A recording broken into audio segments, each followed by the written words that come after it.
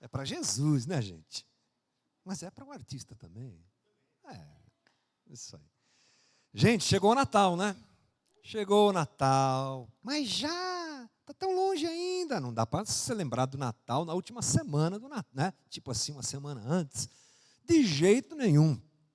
Como diriam meus amigos lá no Nordeste, de jeito maneira. De jeito nenhum. Tem que ser antes. Temos que preparar o nosso coração para essa data tão importante, que é muito importante para nós. Não é? Muito importante para um cristão celebrar o Natal adequadamente, colocar seu coração nesse momento à disposição daquilo que Deus quer ensinar a nós nessa data.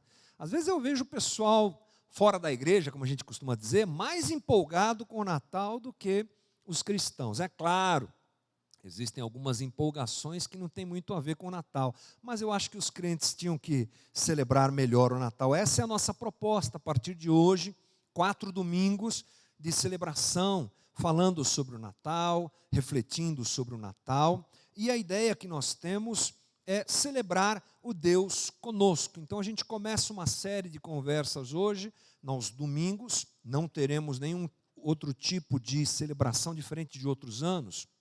Nós fizemos espetáculos de Natal muito bonitos com os nossos músicos, com o pessoal do teatro. Fizemos umas coisas muito legais, mas agora, irmãos, é o que temos. Então nós vamos celebrar os domingos mesmo, tá bom? Antecipando aí o nosso calendário de dezembro, que eu acabei não falando, né?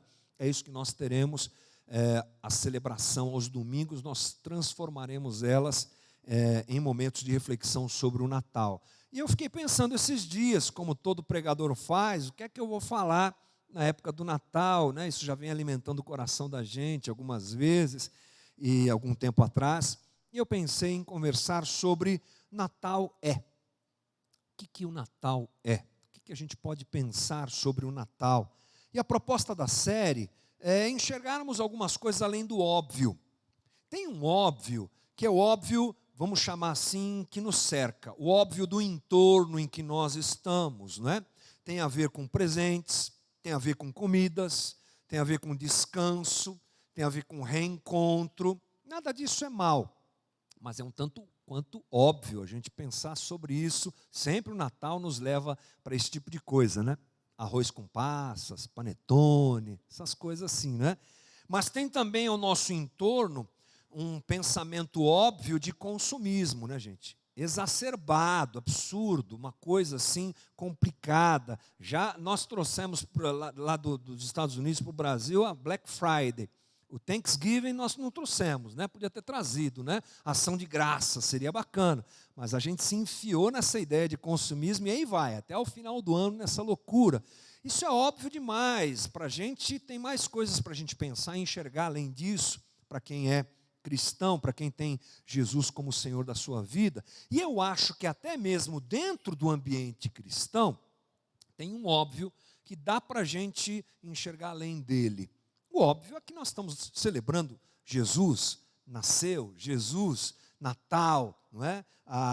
Aliás, a palavra Natal tem a ver com nascimento, né? Quer dizer no latim nascimento. Estamos celebrando o nascimento de Jesus, é óbvio.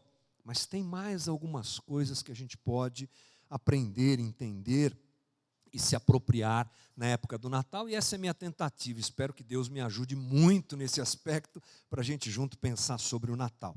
Vamos lá, gente, vamos pensar um pouquinho, para começar o nosso papo, sobre a imagem que o Natal nos traz. Todo mundo tem uma imagem. Quando vem à tua cabeça a palavra Natal, junto com ela vem uma imagem. Pode ser um momento da tua infância, pode ser uma imagem que você viu, pode ser um presente que você ganhou, uma pessoa que você encontrou, um mico que você pagou naquele jantar de Natal da família, né? Ou então aquele tio, aquela tia que você não gosta, mas que todo ano você tem que ver na época do Natal. Vem essas imagens, assim, depende da tua realidade, né? Mas uma imagem que está no cabeça de todo mundo, no consciente coletivo, digamos assim, é o presépio, não é? O presépio está sempre presente, a gente sempre ouve falar de Natal e a imagem presépio vem na cabeça da gente. Aliás, é uma outra palavra latina, do latim, melhor dizendo, que significa literalmente curral. Presépio quer dizer só isso, curral, onde se guarda os animais, qualquer coisa do tipo. Mas no século XIV, ela foi tomada com esse sentido religioso, não é? Com a ideia de apresentar de forma cênica o nascimento de Jesus e toda aquela cena que vem na cabeça da gente, não é? E o que é que nós temos ali? Nós temos uma imagem que apresenta os principais personagens dessa história incrível, dessa história maravilhosa, que é o Natal, a mais bela, a mais incrível, a mais fantástica história que nós temos é o nascimento de Jesus e depois a sua vida e a sua morte. Mas ali vamos pensar juntos, nós temos pastores, magos, Maria, José, anjos, animais, não é? Leandro, liga esses ares, pelo amor de Deus, caiu o disjuntor lá em cima, tá? Tá tudo desligado aqui, senão daqui a pouco nós estamos derretendo aqui. Vamos continuar aqui, gente, aqui eu me distraí. Nós temos esses personagens, né? Todos eles presentes na cena do presépio. O interessante é que todos são colocados na mesma imagem, né? Está todo mundo junto, não é verdade? Já viu lá a tela de presépio? Eu estou mostrando nas minhas lives durante a semana os mais belos quadros da natividade, pintados por grandes artistas aí, e bacana demais, cada um mais bonito que o outro. E está sempre, na maior parte deles está lá, Jesus, Maria, José, os animais, os anjos, os magos, os pastores, está todo mundo junto, né? E o interessante é que o texto bíblico não deixa todo mundo junto. Já vamos começar por aí. Primeiro que você tem os magos em Mateus e os pastores estão em Lucas, evangelhos diferentes. E há uma distância temporal entre a visita dos pastores e a visita dos magos. Os pastores, por exemplo, talvez você não tenha prestado atenção nisso. Os pastores visitam Jesus logo no começo, logo no primeiro momento, porque eles encontram Jesus ainda na manjedoura. É o relato do texto bíblico, os pastores chegam, Jesus tipo assim, tinha nascido fazia pouquinho tempo, tá bom? Mas os magos, os famosos magos do Oriente, eles visitam Jesus aproximadamente, segundo alguns estudiosos, 2 anos depois. Por quê? Porque a família já não está mais lá no estábulo, lá no celeiro, já não está mais no presépio, vamos dizer assim, eles já estão em casa. Então tem uma distância temporal aí, significativa para a gente lembrar. E os anjos, eles nem nessa cena estão, porque os anjos anunciam para os pastores a chegada do Messias e vão embora. E depois os pastores vão visitar Maria, José e Jesus. Mas a gente põe todo mundo no mesmo balaio, né?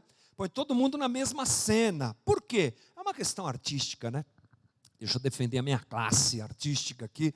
É uma questão de representação artística. Não dá para você montar um presépio, agora não vou nem pensar em presépio pintado, vamos pensar naqueles presépios montados com bonequinhos, com imagens e tal, que o pessoal faz, muitas vezes muito bonitos também.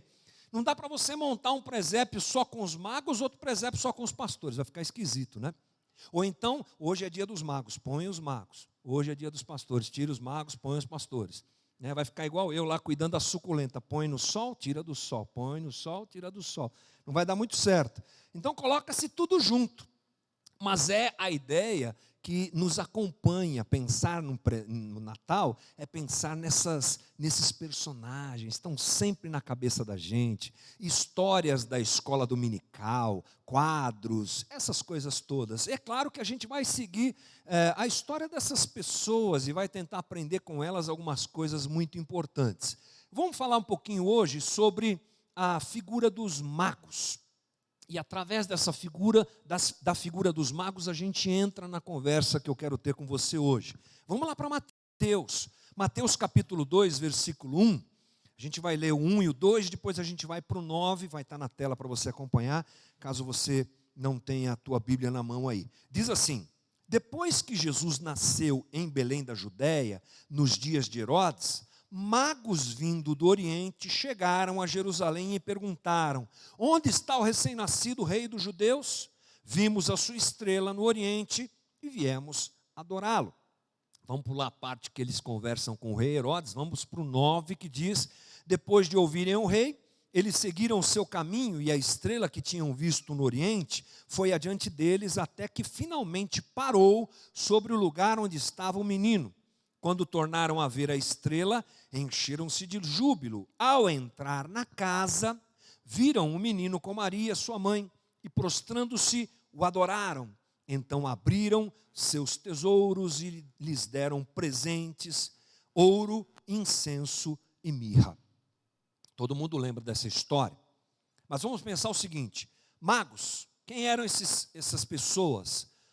A palavra grega usada aqui por Mateus no registro não tem nada para dizer além disso. Eram magos. A palavra, inclusive, no grego é magos mesmo. Interessante. A gente tem uma transliteração bem objetiva nesse sentido.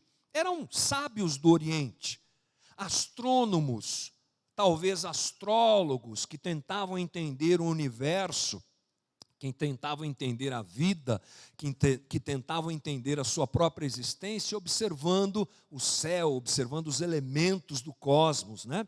E eles vão até Jesus dirigidos justamente por uma estrela que aparece nesse céu que eles tanto observam. Não se sabe muito bem o número deles. A gente diz que são 3, porque são 3 presentes que são entregues, mas de repente podem ter sido só 2 magos entregando 3 presentes, 4 magos entregando 3 presentes, tanto faz. Mas que a gente gosta de colocar 3 porque a quantidade de presentes são 3. E eles não são reis magos, a gente costuma colocar esse nome junto antes.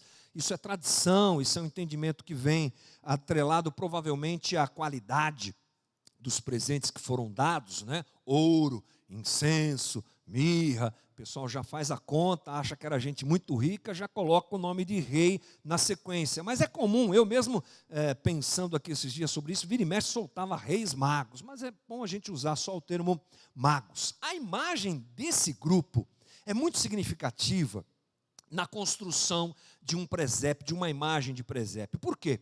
Porque eles estão entregando. São os reis que chegam, olha, está vendo? São os magos que chegam lá e eles estão entregando 3 presentes significativos para Jesus. Essa entrega, ela transforma a cena que nós temos em uma cena de prostração e adoração. Ela nos leva a enxergar aqueles homens prostrados, aliás, é o que o texto diz. Ao entrarem na casa, viram o menino com Maria, sua mãe, e prostrando-se o adoraram e entregaram os tesouros que trouxeram. É uma coisa muito forte essa descrição sobre os magos. Eles estão prostrados mesmo, ajoelhados provavelmente, ou qualquer coisa do tipo, entregando os seus presentes a Jesus. E essa cena nos remete a um dos aspectos mais importantes do Natal, que é o tema da nossa primeira conversa nessa série. Natal é entrega. É sobre isso que eu quero falar com você. Natal é entrega. Os personagens envolvidos ali, de uma forma geral, e nós vamos entender cada um deles, estão entregando algo a Jesus. E quando a gente parte de uma ideia como essa, de um raciocínio como esse, a gente faz isso tentando não observar o óbvio, como eu falei. A gente não pode pensar nessa cena com um olhar simplista. Que cena é essa? Os magos lá ajoelhados entregando para Jesus seus presentes, Maria de um lado, José do outro, os pastores, os anjos, essa coisa toda. O que está acontecendo ali, gente, é algo muito especial, muito profundo. E o fato daqueles homens estarem prostrados, adorando Jesus, nos faz lembrar o que é que está acontecendo ali. É a ação divina, um movimento divino na história da humanidade. É a interferência de Deus que sai da eternidade, para a gente entender, a gente sempre usa esse jeito de dizer, o Deus que sai da eternidade, onde não há espaço físico, onde não há tempo, onde tudo acontece ao mesmo tempo, e eternidade é uma coisa complexa para a gente entender, mas Ele sai da eternidade e entra em nosso calendário, Ele entra em nosso espaço físico, e Ele vem em forma de criança, realizar a obra de reconciliação entre nós, humanidade, e Ele, Deus. É Deus se fazendo carne, Os magos ajoelhados nos trazem esse entendimento, nos fazem lembrar, melhor dizendo, o que está acontecendo. É um movimento de Deus em direção ao homem. É aquilo que João, no prólogo do seu evangelho, descreve tão bem: o verbo que se fez gente, que se fez carne e veio habitar entre nós. É a missio Dei. Essa é uma palavra que a gente usa, uma frase que a gente usa, quando a gente pensa na missão divina, na missão de Deus, o que Deus está fazendo, o que é que Deus está realizando. Deus vem encarnado até nós para realizar o seu plano. Que plano é esse? Redimir o homem, redimir a humanidade, salvar o homem do seu pecado, quebrar o ciclo de morte e destruição causado pela autonomia que nós abraçamos como uma realidade enganosa de vida e de existência. É Deus vindo até nós e fazendo a sua obra. E Deus convida os homens a participarem dessa missão. Isso é muito significativo. Deus poderia ter estalado os dedos e providenciado uma mudança em toda a situação humana? Eu não tenho dúvida. Porque Deus é Deus. Deus é Deus. Não há nada impossível para Deus.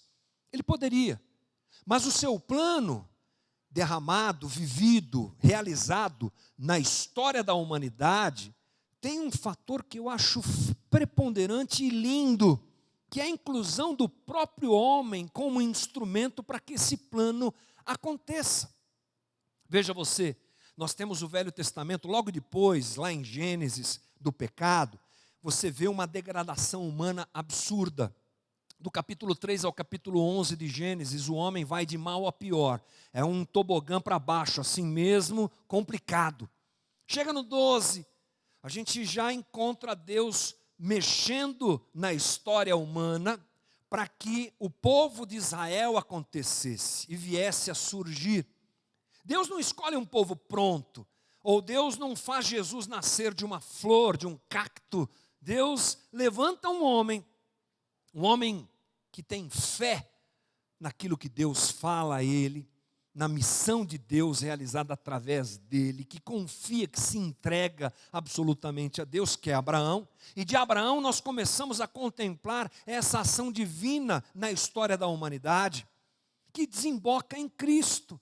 E sempre homens e mulheres, a humanidade está envolvida nisso, na criação de um povo, na manutenção daquele povo diante de Deus. Aí aparecem figuras que se destacam, outras são anônimas, que nós nunca vamos conhecer, mas elas estão lá realizando o plano de Deus. Aparece Moisés, o grande homem do judaísmo, não é? Você tem antes dele os patriarcas que vêm depois de Abraão. Você tem homens, profetas que aparecem, homens e mulheres usados por Deus, convidados por Deus para participarem da missio Dei. E agora, o Cristo está aqui. Esse é o tempo que a gente está analisando no texto bíblico. O próprio Cristo está lá, encarnado, mamando no seio de Maria, indefeso, frágil, no colo daquela mulher, ou numa manjedoura, como você queira. E essas pessoas ao redor de Jesus continuam entregando suas vidas para que o plano divino continue acontecendo a partir agora de Cristo. São pessoas que aceitaram esse convite de Deus que aconteceu no decorrer da vida deles, a participarem desse momento histórico único, sobrenatural, sem dúvida, e especial para toda a humanidade. A gente começa a pensar nisso olhando para os próprios magos, que arriscam as suas vidas, a gente vai falar sobre isso já já, se negando a fazer um acordo com Herodes, para poder, porque Herodes queria de qualquer jeito, não é, saber que rei era esse que apareceu. Um rei não pode ficar sabendo que apareceu outro rei, que ele manda destruir outro rei, é óbvio. O rei não quer perder seu reinado, não é? Esse tipo de rei aqui não quer perder seu reinado. E eles arriscam a sua vida enganando o rei, digamos assim, desobedecendo a ordem do rei. E eles entregam, naquele momento que estão ali, esse momento que é retratado no presépio, o que é que eles estão fazendo? Entregando. Entregando ouro, entregando incenso, entregando mirra, providenciando suporte através do que entregam, para que a família de Jesus fosse suprida. E sem dúvida nenhuma, Deus está realizando, através daqueles homens generosos que entregam seus bens à família de Jesus, a continuidade da ação de Deus na própria família do Cristo, Maria e José e Jesus ali, para que o seu plano continue. Isso é muito interessante para a gente pensar, porque Natal é entrega, Natal é generosidade, Natal é desprendimento, ajuda, socorro, compartilhamento, doação, entrega. Olhando para os magos, eu posso afirmar isso, que eles se dispuseram a participar do plano divino, sendo generosos e entregando. Eu aprendo com eles isso. Você está pensando que agora eu vou fazer uma oferta bem forte, né? Fica tranquilo que eu não vou não, relaxa. Já fiz, aleluia, Jesus já me perdoou. Agora é outra vida, né? Essa era a hora, né? Então, e você? Não vou fazer isso. Mas eu não posso deixar de dizer isso, não é verdade?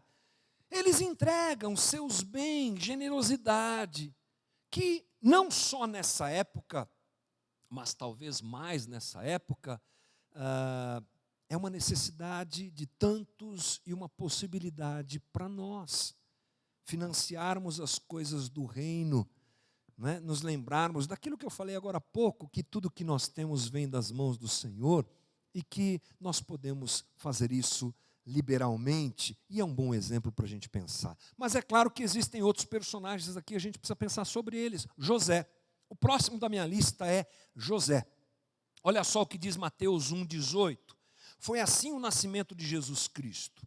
Maria, sua mãe, estava prometida em casamento a José, mas antes que se unissem, achou-se grávida pelo Espírito Santo. Por ser José seu marido, um homem justo, não querendo expô-la à desonra pública, pretendia anular o casamento secretamente. Vamos para o 24. Ao acordar, José fez o que o anjo do Senhor lhe tinha ordenado e recebeu Maria como sua esposa.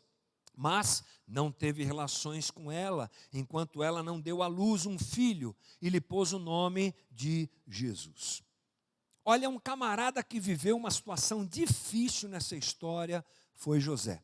Maria estava comprometida com ele, era assim que os casamentos aconteciam, praticamente casada, praticamente não, teoricamente casada, mas praticamente porque era a lei da época, era o jeito que as coisas aconteciam na época, era a cultura local, e aí de repente ela aparece grávida.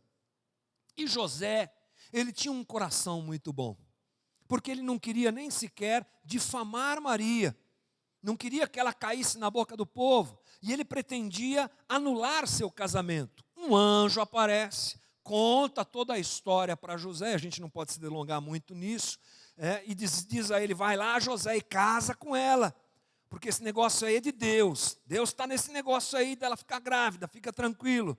Difícil ouvir isso, mas ele ouve e ele obedece, e ele se preserva na sua relação com Maria, se mantém distante dela, até que Jesus nasce.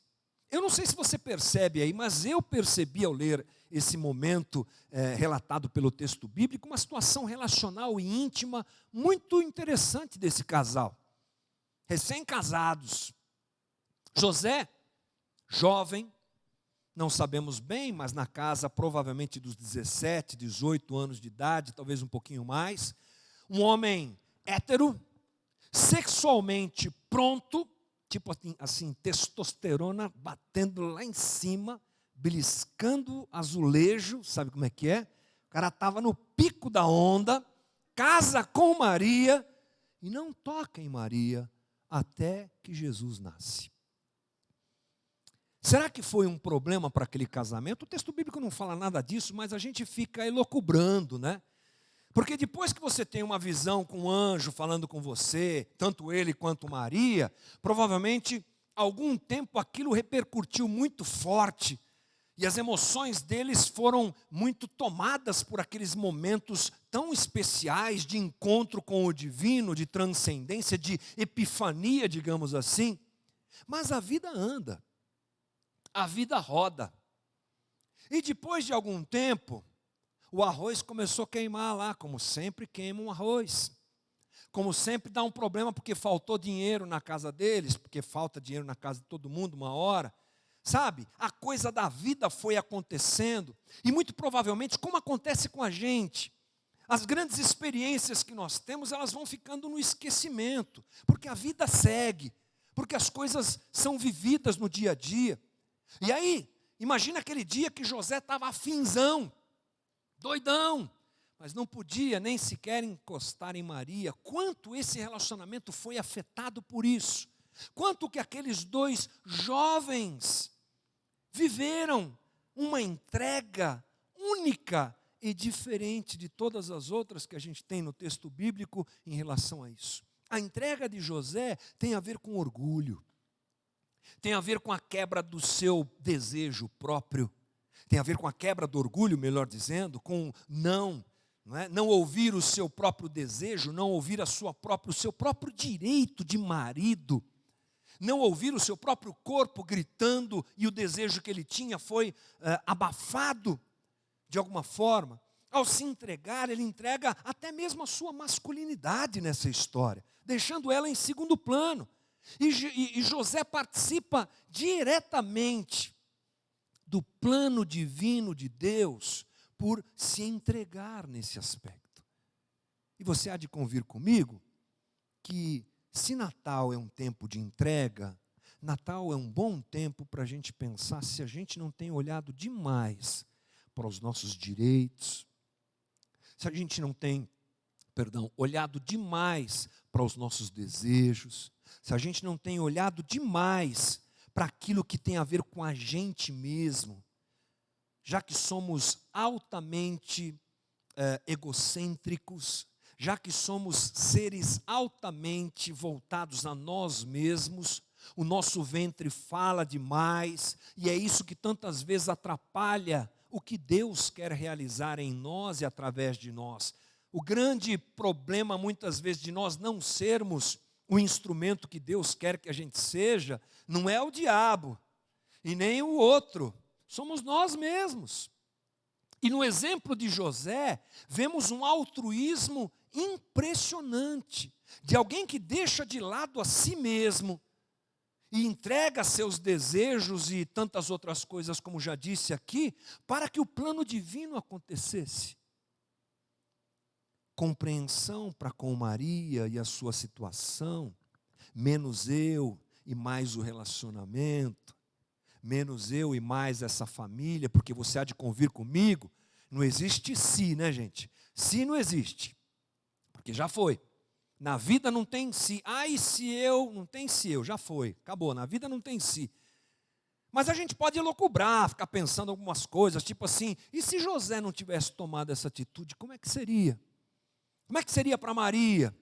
Como é que seria complicada toda essa situação? Ela não foi outra coisa senão uma grande bênção, digamos assim, de uma família que se tornou instrumento de Deus para o plano divino acontecer, porque, entre outras coisas, José é altruísta, é desapegado. Coisas difíceis nesses dias, em que todo mundo tem direito, em que todo mundo tem razão, em que os casamentos acabam porque penso primeiro em mim e não no outro, em tempos onde a gente não quer abrir mão de nada, a gente sempre quer que o outro abra mão. O exemplo de Jesus, nos lembrando que Natal de José, pensando que Natal é entrega, cabe como uma luva feita sob encomenda para cada um de nós.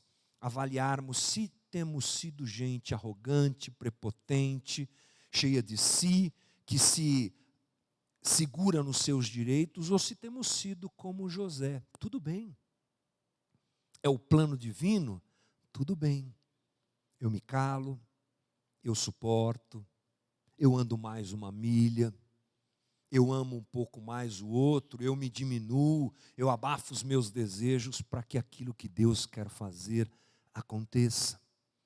O outro exemplo é óbvio, incrível e lindo, da própria figura de Maria, né, gente? Maria é Maria. Os crentes evangélicos têm um problema com Maria, né? Porque os católicos a idolatram, a colocando num patamar que ela não tem, e nós, por conta disso, não olhamos muito para essa jovem garota, coisa boba, que nós precisamos perder esse preconceito. Uma mulher realmente de uma dignidade, e a sua história tem uma beleza maravilhosa para nós. Lucas 1, de 28, diz assim: o anjo, aproximando-se dela, disse: alegre-se, agraciada, o Senhor está com você. Maria ficou perturbada com essas palavras, pensando no que poderia significar essa saudação. Mas o anjo lhe disse: não tenha medo, Maria. Você foi agraciada por Deus, você ficará grávida e dará à luz um filho e lhe porá o nome de Jesus. 34. Perguntou Maria ao anjo: como acontecerá isso se sou virgem? O anjo respondeu: o Espírito Santo virá sobre você. O poder do Altíssimo a cobrirá com a sua sombra. Assim, aquele que há de nascer será chamado Santo Filho de Deus. 38. Respondeu Maria: sou serva do Senhor, que aconteça comigo conforme a tua palavra. Então o anjo a deixou. Todos têm um papel incrível na Missio Dei. Todos. Mas Maria é Maria. A gente precisa prestar atenção nela. Maria entrega a si mesma. Maria entrega seu útero, seu ventre, seu corpo. Uma garota, naquela época, entre 13 anos, 14 anos, talvez, essa é a provável idade de Maria, ou até menos. Porque uma garota assim, que entrava no seu ciclo menstrual, já estava convocada para casar. Era da cultura da época, portanto, ela era uma jovem mesmo, uma adolescente até podemos dizer. E pense comigo o que é para a cabeça de uma jovem adolescente entrar numa história como essa. Pense comigo se não é uma mulher diferente, que merece realmente a nossa admiração, nosso respeito e o aprendizado daquilo que ela realizou, se isso não cabe para nós. Onde é que ficariam seus planos de adolescente? Eu tenho 3 meninos em casa. Um deles ainda é adolescente, mas claro que os mais velhos também passaram pela adolescência, é claro. E eu fui adolescente, todos nós mais velhos fomos adolescentes. E adolescente é o sonho em pessoa, né? Adolescente é o plano, adolescente é a loucura, é o desejo, é a vontade de viver a vida, de aproveitar tudo. De repente, essa garota, tão jovem, tem os seus planos mudados. Por quem? Por um anjo que aparece para falar com ela, que Deus falou que ela vai ficar grávida. Não é pouca coisa. Onde estaria a sua honra? Porque ela não conhecia homem nenhum, diz o texto bíblico, era uma virgem. E ela vai aparecer grávida. Você acha que isso não a perturbou? Você acha que isso não a desestruturou de alguma maneira? Não temos o relato bíblico, mas pensemos na cabeça de uma adolescente que recebe uma notícia dessa. A sua privacidade onde estava, sua escolha onde estava.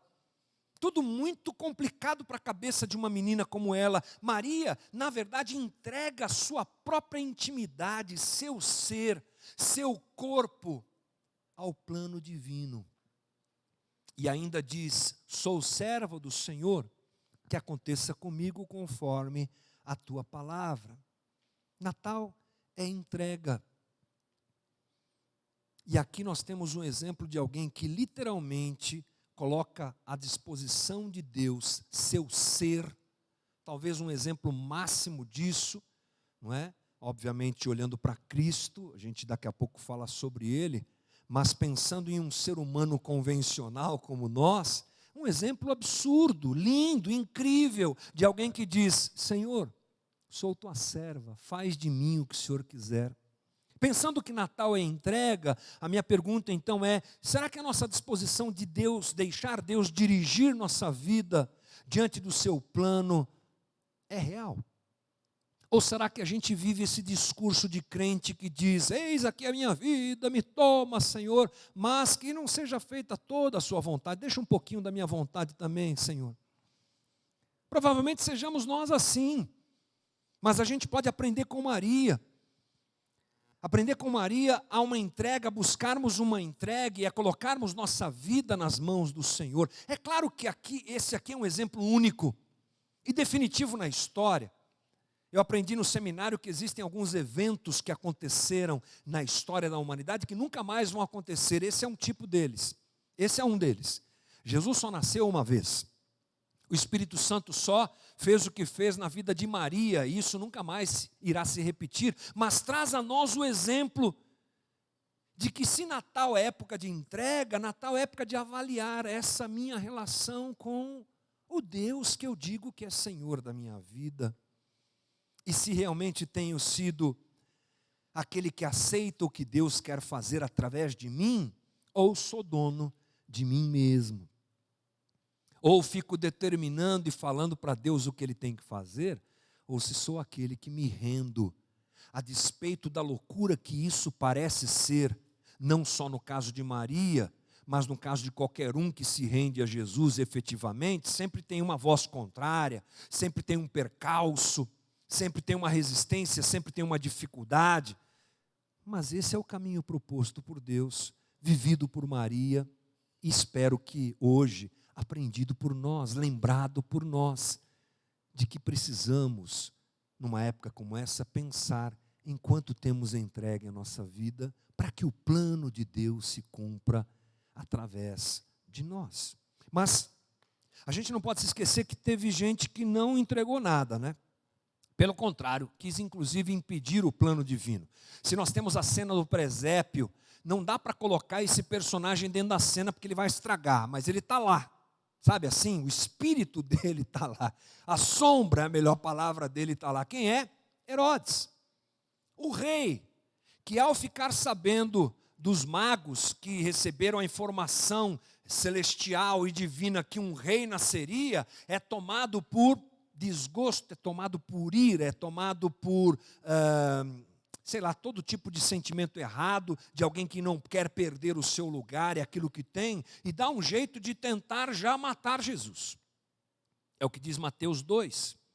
Depois que Jesus nasceu em Belém, da Judéia, nos dias do rei Herodes, magos vindos do Oriente chegaram a Jerusalém e perguntaram: onde está o recém-nascido rei dos judeus? Vimos a sua estrela no Oriente e viemos adorá-lo. Quando o rei Herodes ouviu isso, ficou perturbado, essa é a palavra, e com ele toda Jerusalém.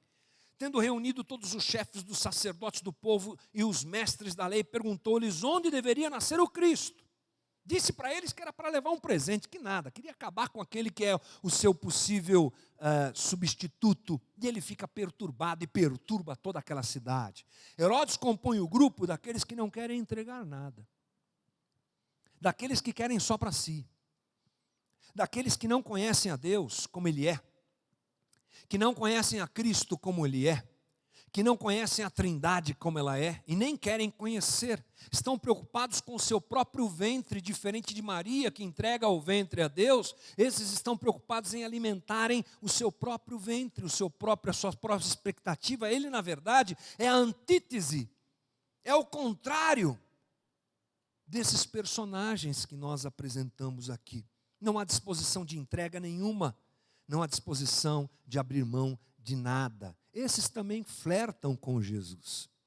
Esses também conhecem a história de Jesus, mas a enxergam de forma equivocada, com seus pressupostos equivocados, pensando mais em si do que no plano divino, não querem entregar nada. Cabe ele para a gente pensar de que lado que a gente está. Mas eu vou para o nosso encerramento aqui, lembrando que há um personagem na cena do presépio, que aparentemente está ali recebendo, mas é um grande engano nosso, porque ele está entregando mais do que todos. Eu estou falando de Jesus. Todos ali estão prostrados, vamos voltar à nossa cena inicial, os magos prostrados entregando ouro, incenso e mirra, E aquela coisa toda que levou ao nosso raciocínio da conversa de hoje, de entrega, parece, aparentemente, nós temos uma ideia de que um menino não está dando nada, ele só está recebendo. Isso é um engano. Ele está entregando. Podemos dizer que os outros envolvidos entregaram, mas o menino entregou mais do que todos.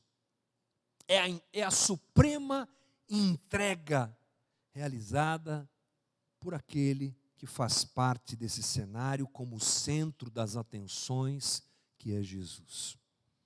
Filipenses 2:5 fala um pouquinho sobre isso. Paulo, muito tempo depois, escreve aos Filipenses dizendo o que é que Jesus entregou. Perdão, o que é que Jesus abdicou? Acho que a palavra boa é entregou.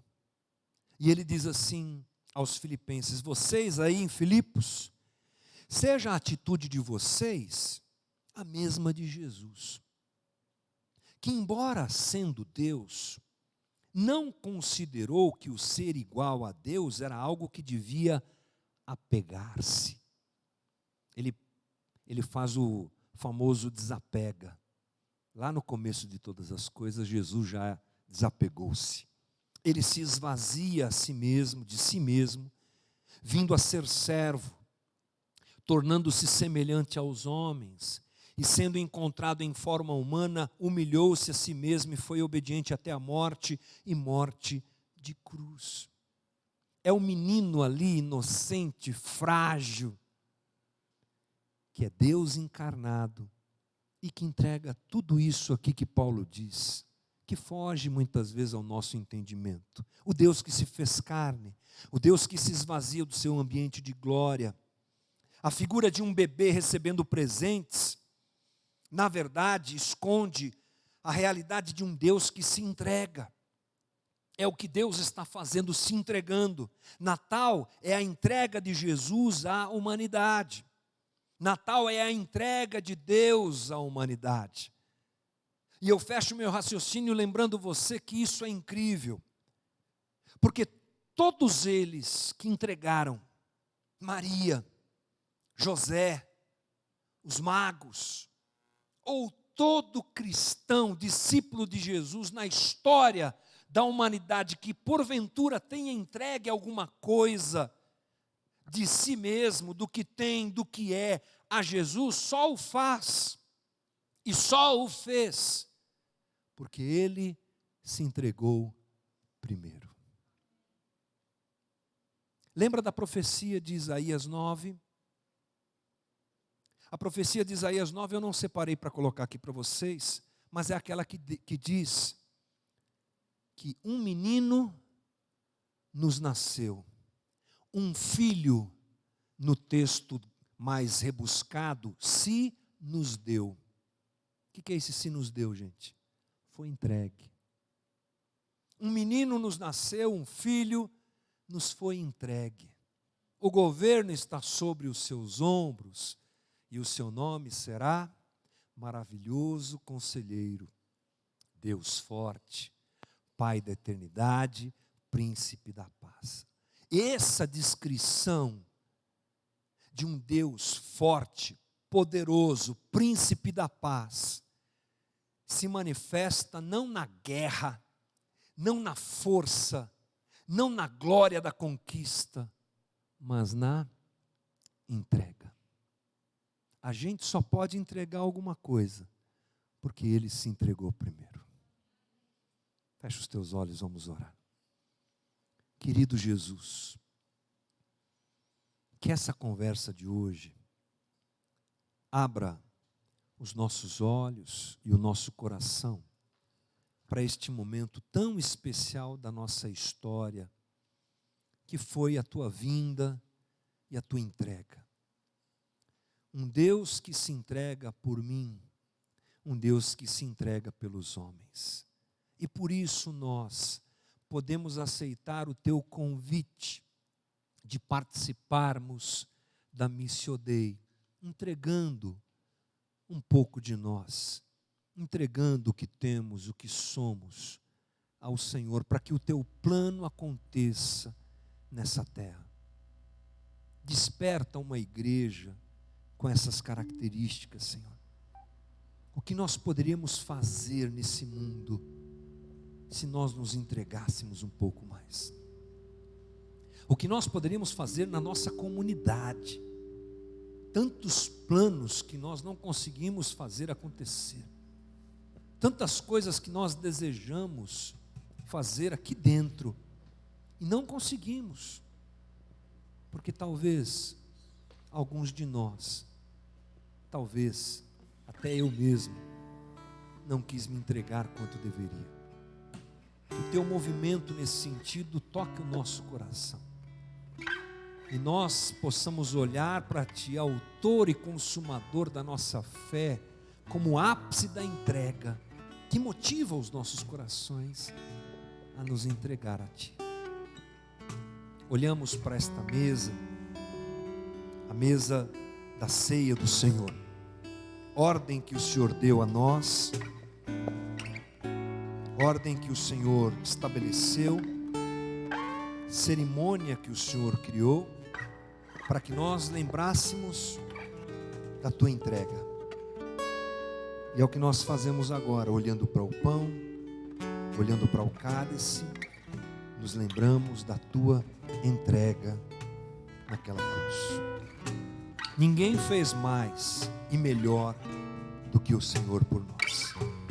Por isso tomo nas minhas mãos o pão e o cálice e consagro a ti esses elementos que simbolizam de forma extraordinária a tua obra de entrega maior, que começa na manjedoura e que se concretiza na cruz. Obra de entrega que ninguém mais fez e ninguém mais fará.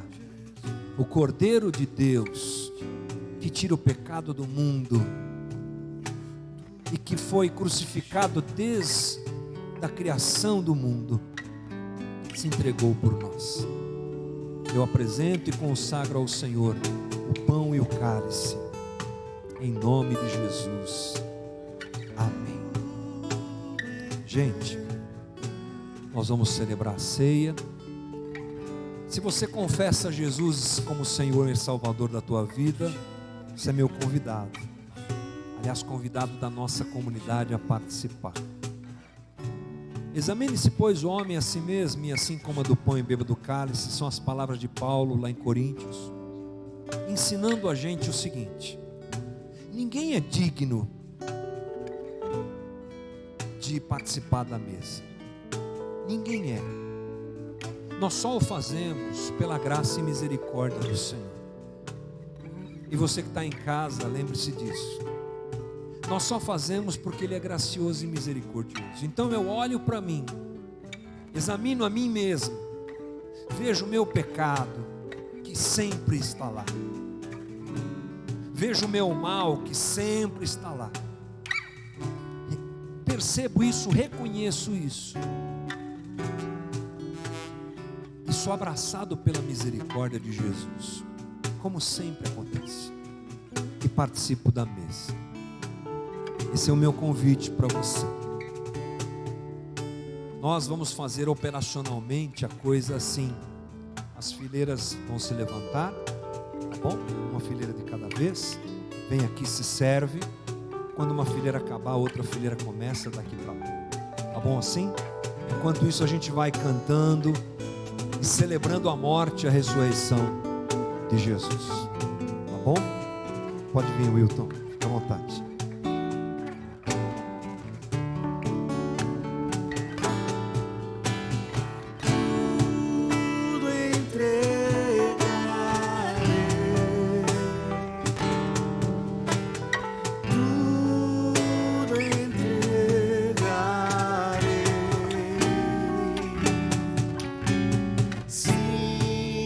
Por ti, Jesus, bendigo.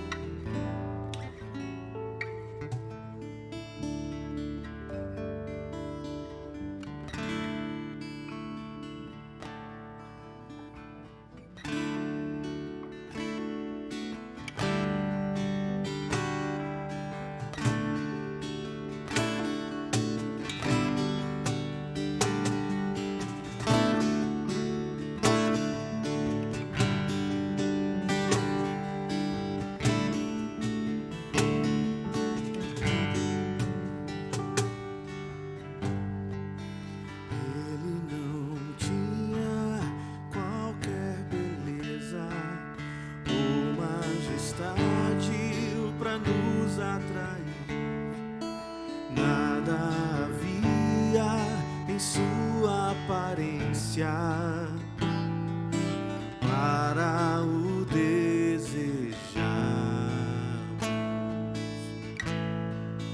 mas rejeitado dentre os homens, ainda assim carregou nossas dores. O seu castigo nos traz paz e a esperança se esvai. A oferta pela culpa ele ofereceu pra satisfazer o Criador. Ele morreu pra que a sua luz em nós pudesse brilhar. O Filho do amor se entregou em nosso lugar.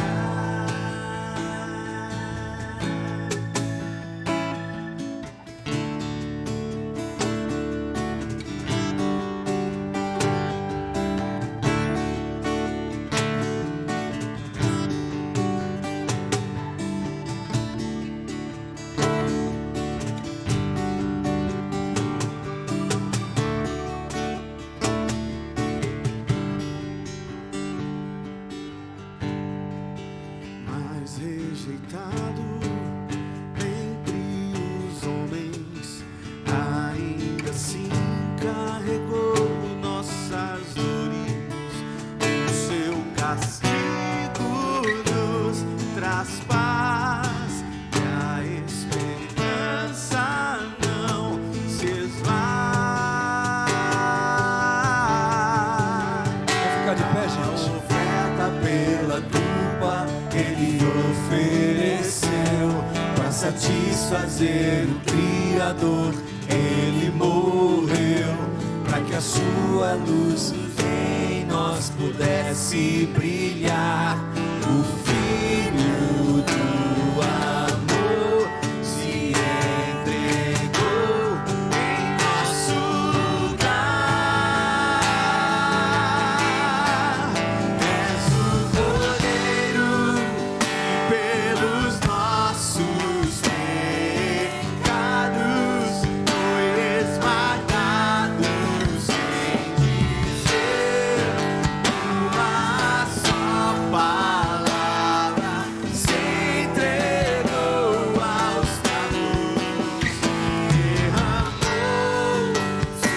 sua vida até a morte, provando a ira amarga para nos dar sua luz e graça e nos fazer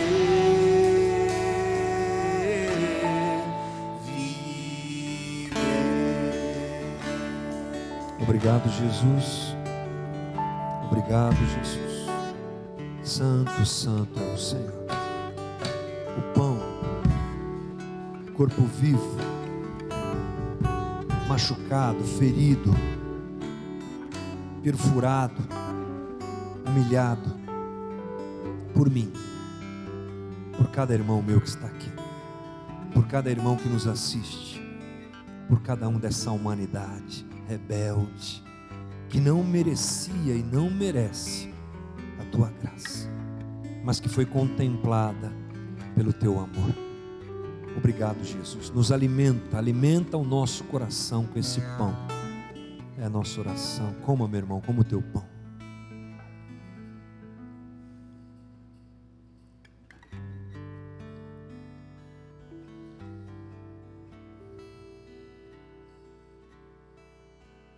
O cálice, símbolo do teu sangue vertido na cruz.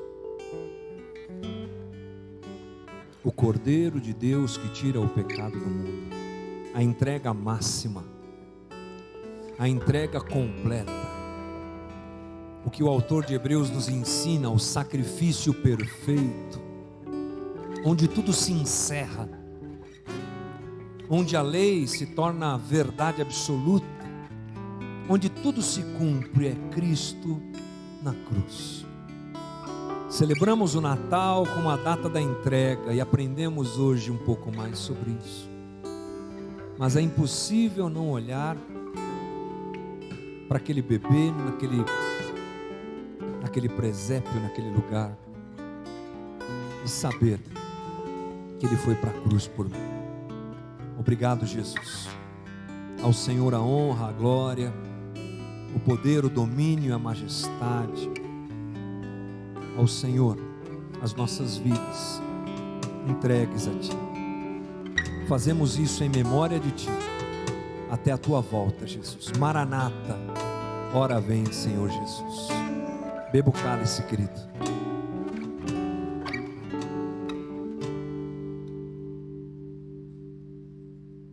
Aleluia. Aleluia. Coloque o cálice na cadeira. Vamos glorificar Jesus com as nossas palmas, queridos. Que Deus nos abençoe. Deus te abençoe. Amém. Deus te abençoe. Bom domingo.